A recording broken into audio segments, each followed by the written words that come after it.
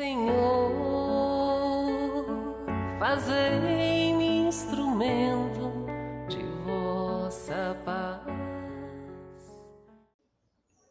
Olá, saudações a todos. Estamos aqui mais uma vez reunidos em nossa querida COFA, Casa de Orações Francisco de Assis. Que nesse momento possamos estar numa postura confortável, que possamos alinhar nossa mente e o nosso coração com a espiritualidade superior e dessa forma possamos dedicar esse momento para o nosso crescimento espiritual. Pois da mesma forma que o nosso corpo precisa de alimento, a nossa alma também necessita de leituras edificantes que nos auxiliem a entender melhor como nosso mestre, nosso modelo, Jesus Cristo, agiria em determinadas situações. Que possamos sempre buscar conhecimento, pois é um chamado da nossa doutrina, para que sempre possamos estar estudando, nos aprimorando, pois o conhecimento é vasto e podemos dessa forma, aos poucos, alcançar a nossa evolução espiritual. E que nesse momento possamos vibrar pelo nosso planeta, derramando a chuva de bênçãos pelos nossos irmãos que estão confusos, perdidos, que se questionam, que possamos levar um pouco de paz aos seus corações. E ainda, nesse movimento de paz, de amor e de harmonia, que possamos vibrar pelo nosso palestrante, Límero Bernowski, que hoje irá proferir uma palestra com o tema A Situação da Alma durante e após a desencarnação. Seja muito bem-vindo, irmão. Bom dia, Rosiane, bom dia, companheiros do COFA, da COFA, né? A COFA. Que é uma casa de oração. Agradeço o convite e digo que estou muito feliz, muito satisfeito pelo convite e espero poder corresponder à expectativa aí de vocês neste momento de reflexão. Muito bem. A respeito do tema proposto, eu gostaria de começar a nossa reflexão com algumas perguntas, alguns questionamentos. Será que morrer dói?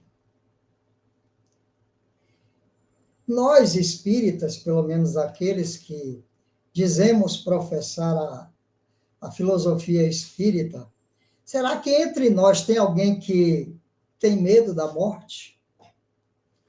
E, é claro, o resultado disso tudo, o que é que acontece com a gente depois que a gente morre, né? Então, vamos tentar trilhar aí por esse caminho, porque uma das nossas fontes de pesquisa é justamente o livro O Céu e o Inferno, de Allan Kardec. O Céu e o Inferno é a quarta obra publicada pelo mestre Kardec dentro do seu Pentateuco, que começa com o Livro dos Espíritos, depois vem com o Livro dos Médiuns, o Evangelho segundo o Espiritismo, o livro O Céu e o Inferno e, por final, a Gênese. Embora a gente não possa deixar de lado livros como O que é o Espiritismo, ou a Revista Espírita, que durante 11 anos, quase 12, Kardec publicou mensalmente a partir de janeiro de 1858. Então, no livro O Céu e o Inferno, Kardec dedica um capítulo dizendo o seguinte: por que os espíritas não têm medo da morte? E é por isso que eu estou fazendo essa pergunta aqui aos amigos e amigas, porque será que tem razão para nós espíritas temermos a morte? Então, vamos tentar dar uma conversada a respeito desse tema, que é bastante interessante, bastante instigante. O que é o morrer? Morrer significa deixar o corpo físico, para nós espíritas, é bem verdade, e ingressar na pátria espiritual. A gente ouve muito falar disso, né?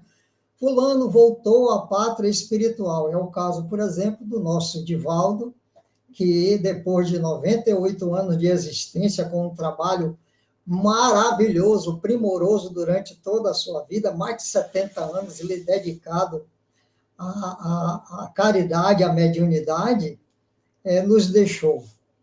Mas não morreu, ele apenas desencarnou. E aí a gente vai fazer uma diferenciação entre morrer e desencarnar. Será que todo mundo que morre também consegue desencarnar? Vamos recorrer aí às obras espíritas, em especial aos relatos feitos por André Luiz na sua coleção, são 13 livros da chamada Vida no Mundo Espiritual. Tem até dois livros muito interessantes que eu até sugiro se ler. Um deles é A Vida no Mundo Espiritual, um estudo realizado, se eu não me engano, por Geraldo Campetti, e uma outra obra de estudo que resume todas essas obras de André Luiz, quando ele nos fala do mundo espiritual. A partir de nosso lar, nós vamos encontrar relatos extremamente esclarecedores, muito interessantes, de como o espírito se coloca dentro desse processo da desencarnação. Quanto mais voltados, quanto mais ligados ao plano físico, às coisas materiais, mais difícil é a nossa desencarnação. Não é à toa que muitos médiuns videntes, quando chegam num cemitério, por exemplo, encontram espíritos muito ainda ligados ao seu corpo. Por quê? Porque viveram uma vida tão presa às questões materiais, voltadas para a obtenção de vantagens, de lucros, de posição social, de poder, que no momento da desencarnação simplesmente não conseguem se desligar desse corpo e permanecem lá durante muito e muito tempo, muitas vezes presenciando a sua desagregação molecular física. Todos nós sabemos que depois da morte, as nossas células vão se desagregando, é o fanal biológico. O nosso corpo, quando nós espíritos o deixamos, ele, consequentemente, perde a vitalidade e os seus órgãos vão se entrando no processo de putrefação. Só ficam os ossos e os cabelos, mas as carnes, a pele, os órgãos internos, todos esses vão voltar para onde vieram, dessa massa que é a própria natureza. Então, no nosso processo de desencarnação, é o que acontece. E a gente vai ver também, André Luiz, como é difícil, muitas vezes, a desencarnação. Segundo ele, a encarnação, ou seja, o retorno do espírito ao corpo físico, na maioria das vezes é mais fácil do que a desencarnação. Porque no processo da encarnação, você tem o espírito que vai se ligar ao corpo através do perispírito no momento da concepção. E aí, o perispírito do espírito vai se constrangendo, vai se modificando, perdendo aquela massa da sua constituição semimaterial para se adequar, em primeiro lugar, ao corpo da mãe. Vejam que uma pessoa adulta, até por uma comparação visual, ela tem um porte diferente de uma criança, de um feto. Então, esse perispírito, com começa a sofrer um processo de constrangimento, de apequenação, ele vai se tornando mais reduzido.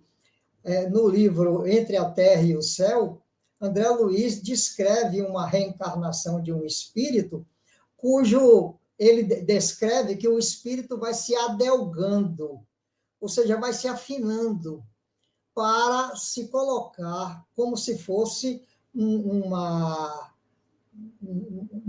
parte do corpo da mãe. Ele vai se colocando de forma a ocupar aquele espaço, entre aspas, que a mãe lhe proporciona. Mas é relativamente simples. No processo da desencarnação, já pode acontecer uma dificuldade maior. E aí, como nós tínhamos dito anteriormente, quanto maior for a nossa ligação com os pensamentos, as ideias voltadas para a matéria, maior a dificuldade de se desfazer esses liames que ligam o espírito, através do seu perispírito, ao corpo físico. Existem situações em que a espiritualidade tem um trabalho imenso de conseguir desligar aquele perispírito daquele corpo físico, porque o indivíduo, em primeiro lugar, se recusa a deixar o corpo. Existem, claro que o amor à vida é louvável, não tem dúvida, mas quando nós nos apegamos em demasia ao nosso corpo físico, isso vai nos propiciar uma dificuldade maior. Nós estamos vivendo agora uma época de grande culto à beleza física, né? Então, as pessoas vão de uma forma desenfreada até as academias, procuram fórmulas, porque hoje em dia, apesar de não existir, mas tem muita gente à procura do elixir da eterna juventude, como se a gente pudesse parar a marcha do tempo. Então, o nosso corpo, minha gente, ele vai envelhecendo. A partir do momento que nós nascemos, nós já começamos a morrer fisicamente. Porque existe uma máxima que é materialista, mas nós podemos colocá-la como realidade, que é, para morrer, basta o quê? Respondam por aí, basta estar vivo. Então, a criança acabou de nascer, ela pode morrer. A criança nem nasceu, ela pode morrer no útero. É uma condição inerente à nossa vivência física, porque tudo na matéria, absolutamente tudo na matéria, é perecível. Embora, claro, nós saibamos que tudo no universo, como já dizia Lavoisier, nada na natureza se cria, nada se perde, tudo se transforma. Porque o conhecimento espírita vai nos dizer que tudo que existe no universo vem desse fluido cósmico universal. É a fonte de toda a vida, de toda a existência no universo. E como nós viemos desse fluido cósmico universal, voltaremos para ele. O nosso corpo físico faz parte desse processo de troca, de transformação e não de perda. Então, se de repente nós estivermos trabalhando com esse conceito, porque alguém que eu amo muito morreu, então eu perdi essa pessoa. Não, ninguém perde ninguém. Para começo de conversa, nós espíritos somos imortais. Então, nós podemos desaparecer fisicamente. Podemos estar fora das nossas relações cotidianas, normais. E aí vamos passar a ter um relacionamento meio que à distância, porque todo espírito desencarnado pode se comunicar com os chamados encarnados através do processo mediúnico, seja pelo sonho, seja pela inspiração, seja pela psicofonia, pela psicografia e todos os outros as outras facetas da mediunidade que nós encontramos na civilização desde os seus primórdios. Então, nenhum de nós desaparece. Mas o processo da desencarnação, ele pode ser extremamente complicado. Aí eu gosto de pensar o seguinte: quando nós vivemos a nossa atuação no nosso dia a dia, com os nossos familiares, com os nossos amigos, com o nosso ambiente de trabalho, a nossa vida normal. Todos nós, quando vivemos, estamos comprando passagens para o além. Como é isso? Comprar uma passagem para o além? Pois é. As nossas atitudes, os nossos pensamentos, a forma como nós decidimos viver na vida é que vai constituir essa nossa passagem para o além. Porque todos nós temos um pós-morte. E esse pós-morte será determinado pela forma como nós escolhemos viver. É assim que as coisas acontecem. Então, se eu tenho uma vida voltada para o serviço, para o bem, para ver o meu irmão como Jesus me recomendou, amai-vos uns aos outros como eu vos amei, então a nossa passagem vai ser para uma estação bem mais adiante, bem mais elevada. Ao passo, se eu sou egoísta, orgulhoso, vaidoso, ambicioso, irascível, agressivo, né? Tem pessoas que dedicam a vida a atrapalhar a vida dos outros. Não tem empatia nenhuma com ninguém.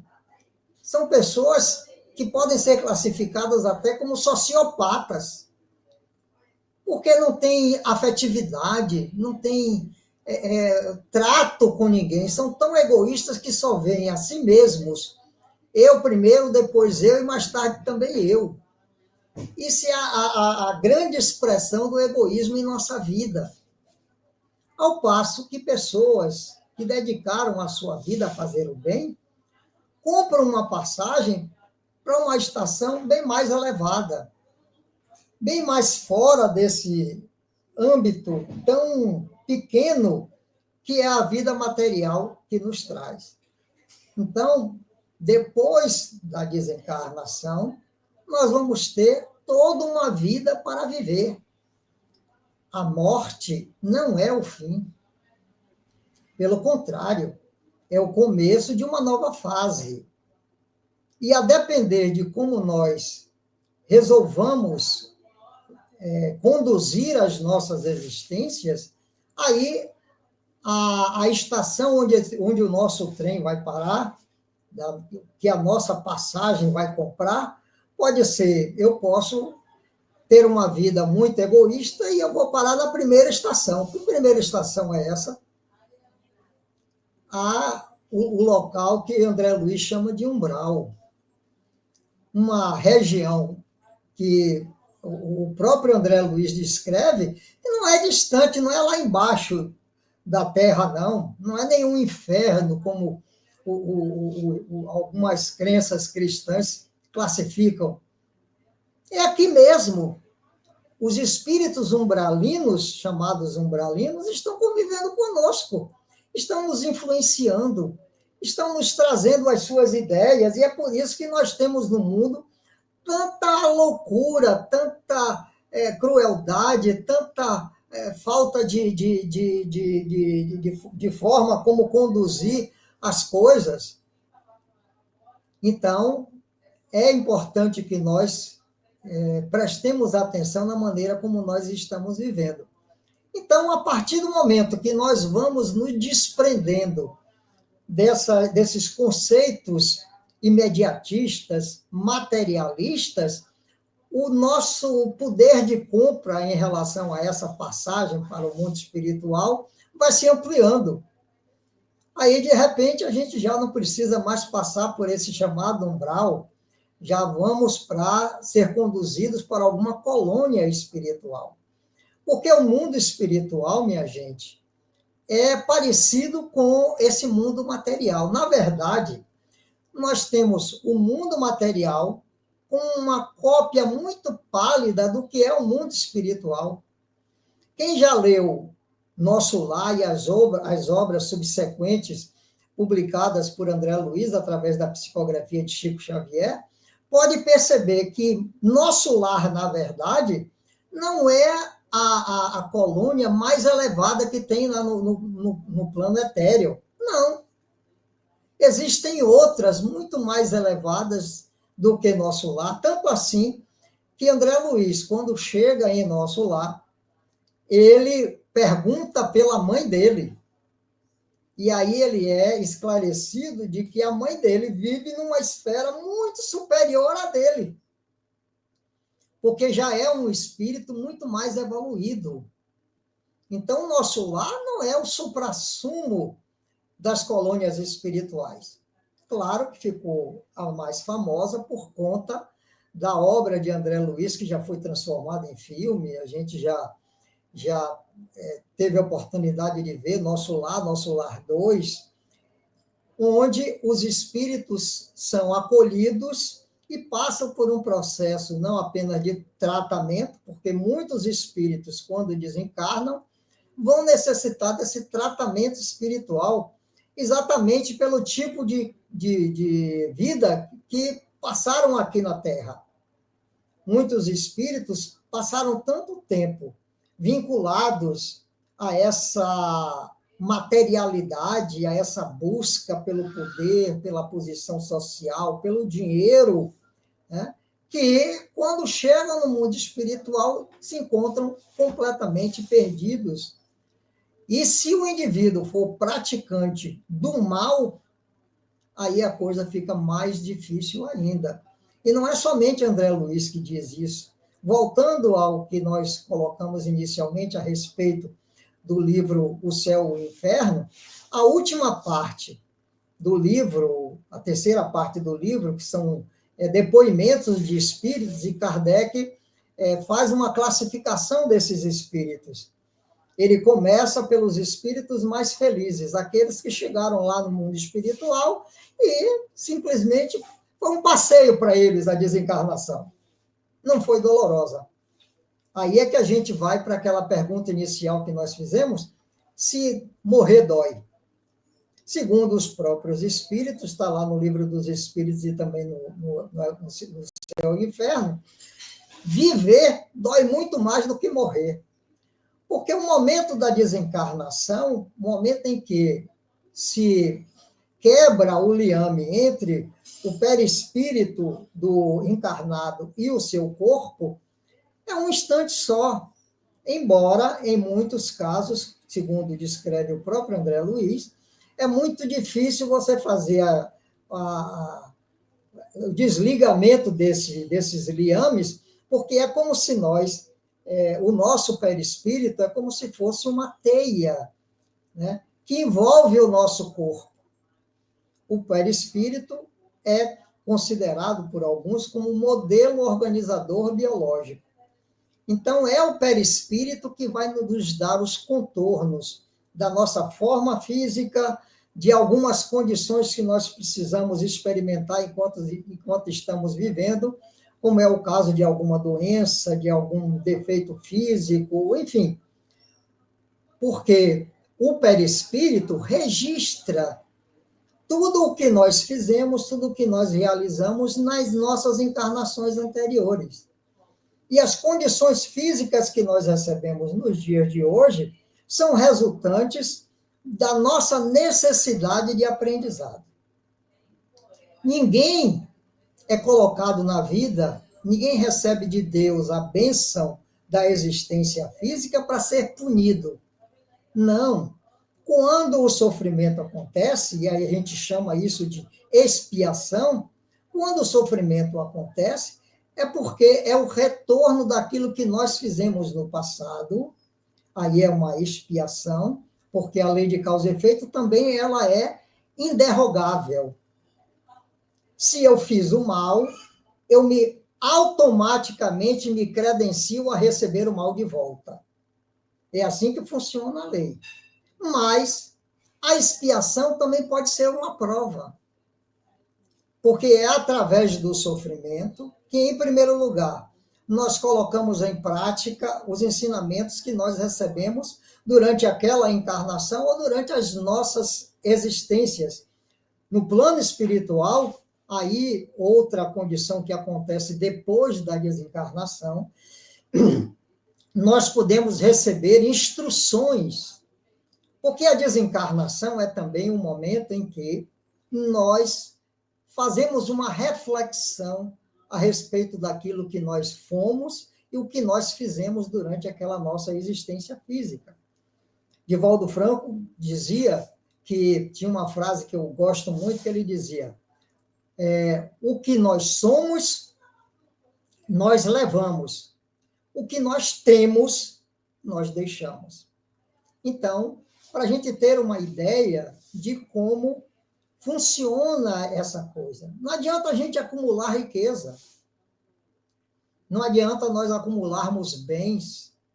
Ah, eu tenho uma casa, um patrimônio imenso. Conta uma certa história de um grande proprietário de terras, fazendeiro, que uma vez chamou um religioso à sua casa. Naquelas propriedades do interior, quem vai normalmente é o padre, porque a tradição católica é muito forte nesse meio rural. Então, mostrando a sua propriedade, aqueles bens todos, terras a perder de vista, né? Uma plantação imensa, máquinas, operários, uma fortuna apreciável. E aí o proprietário volta-se para o religioso e diz: então, padre, olhando tudo aqui que está à sua frente, o senhor não diria que tudo isso me pertence, que isso é meu? O padre sorriu, olhou para ele e disse: me faça essa pergunta daqui a 100 anos. Porque depois de 100 anos, o indivíduo já com alguma idade já não estaria mais no corpo físico. Então, ele não seria proprietário de coisa alguma. Nem os seus descendentes, os seus filhos, aqueles que estivessem na sua família, poderiam dizer que aquilo lhes pertence, porque tudo que é material é perecível. Então, muitas vezes, e é o que acontece nos dias atuais, o indivíduo faz aquele esforço brutal, passa a vida inteira trabalhando com uma dedicação enorme. Às vezes perde a saúde por conta do trabalho, porque precisa estar à frente do negócio para que o negócio prospere e se avulte. Mas os descendentes, muitas vezes, não participaram daquele esforço, não estão nem aí, nem vão chegando, como se diz popularmente.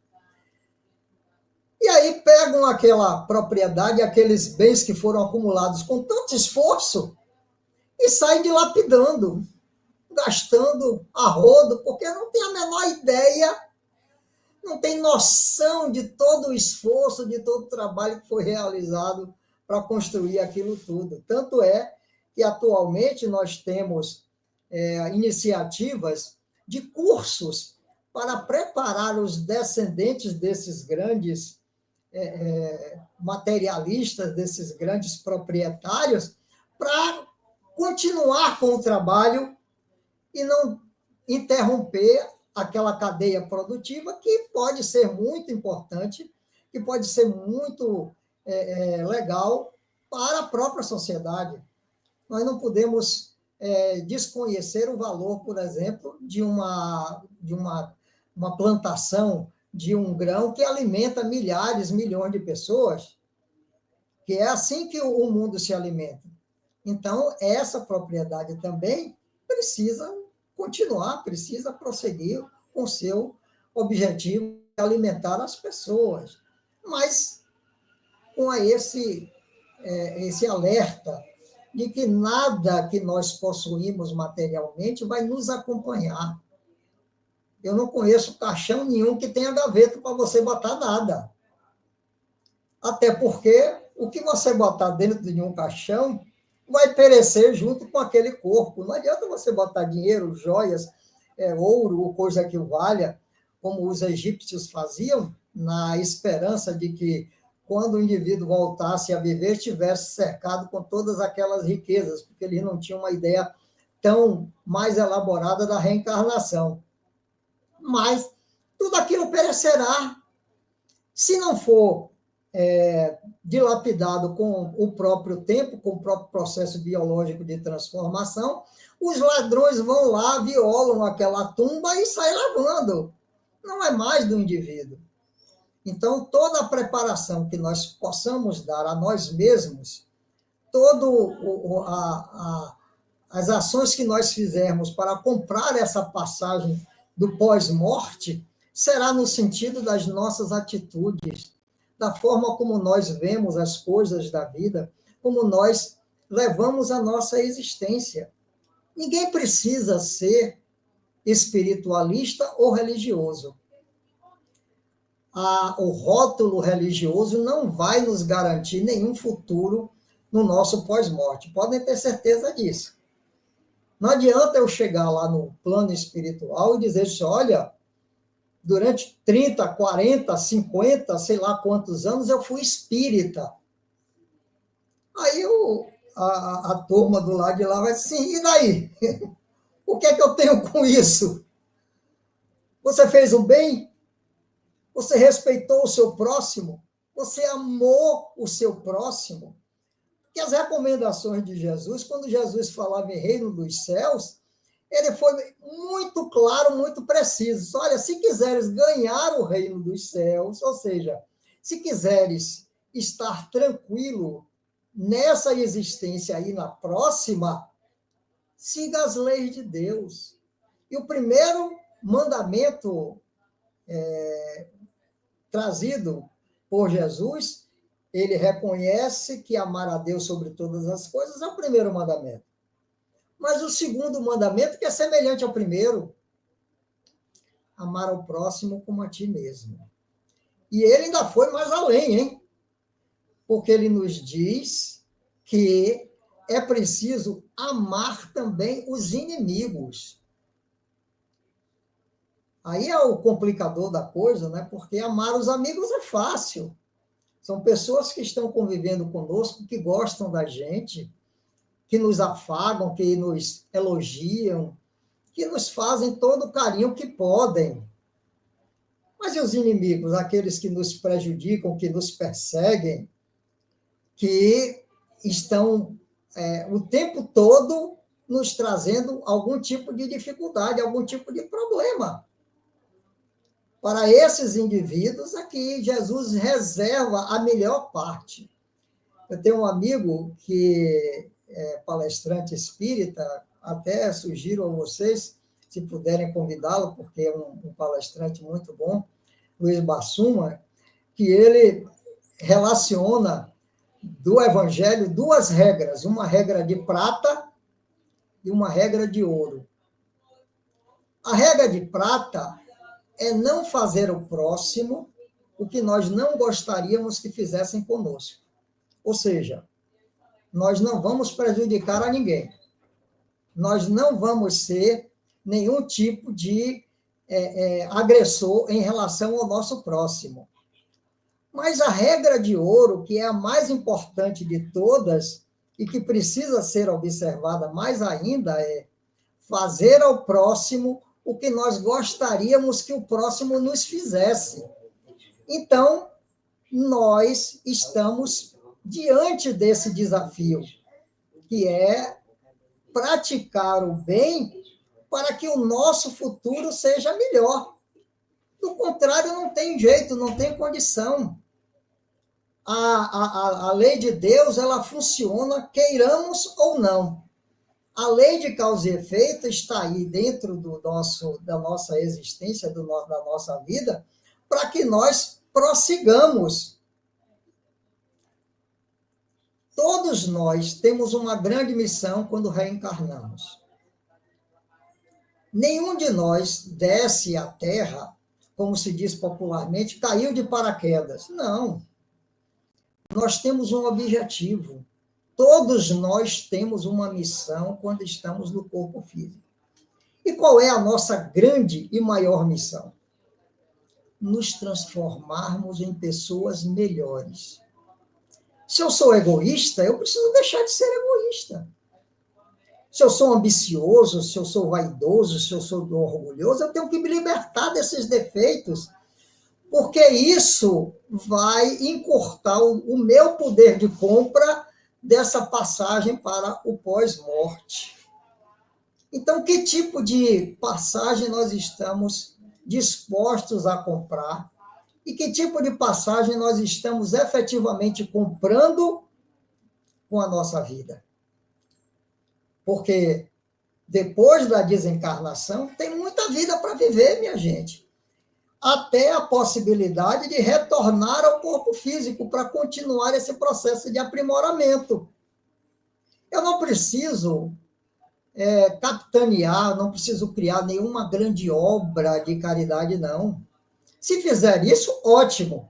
Mas mesmo essa obra de caridade, mesmo essa ação efetiva em relação ao próximo, precisa ser balizada pelo amor, pelo respeito, pela dignidade.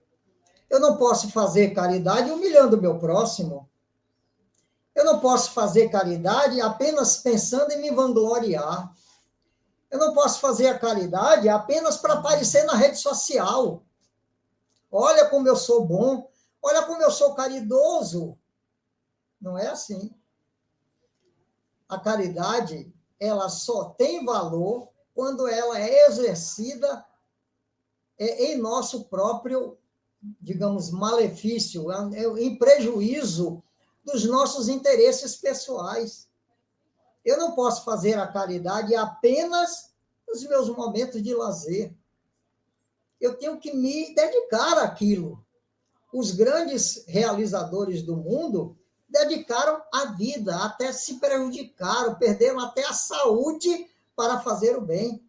Vejamos uma irmã Dulce, por exemplo, uma pessoa que durante a vida inteira teve problemas de saúde, não tinha um pulmão, dormia numa cadeira de madeira recostada, porque quando ela deitava, sentia como se estivesse se afogando por conta da dificuldade respiratória. E deixou essa obra fantástica, maravilhosa, que admira o mundo todo ainda até os dias de hoje. Então, a forma de viver, o jeito como nós conduzimos a nossa existência é que vai determinar para onde nós iremos.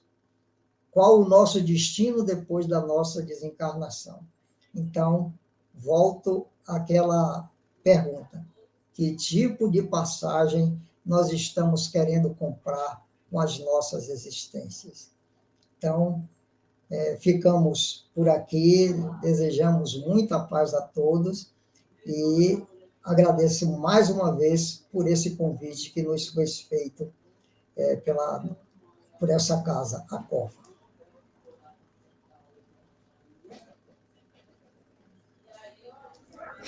Queremos agradecer por essa maravilhosa palestra, né, que ficou aqui a reflexão, né? Será que nós estamos com medo? Possamos ler mais, estudar mais para esse medo ir embora, né? Porque está tudo aí à nossa disposição. Mas que é um assunto que com certeza vai tocar muito dos nossos ouvintes. Muito obrigada, Límero, né? Seja muito bem-vindo à nossa casa, volte novamente, foi muito boa essa reflexão. Quero agradecer também a todos que estão aqui nos escutando e que não esqueçam de compartilhar essa palestra para que ela alcance cada vez mais pessoas que precisam ouvir desse conhecimento. Muito obrigada e até a próxima. Até a próxima. Obrigado.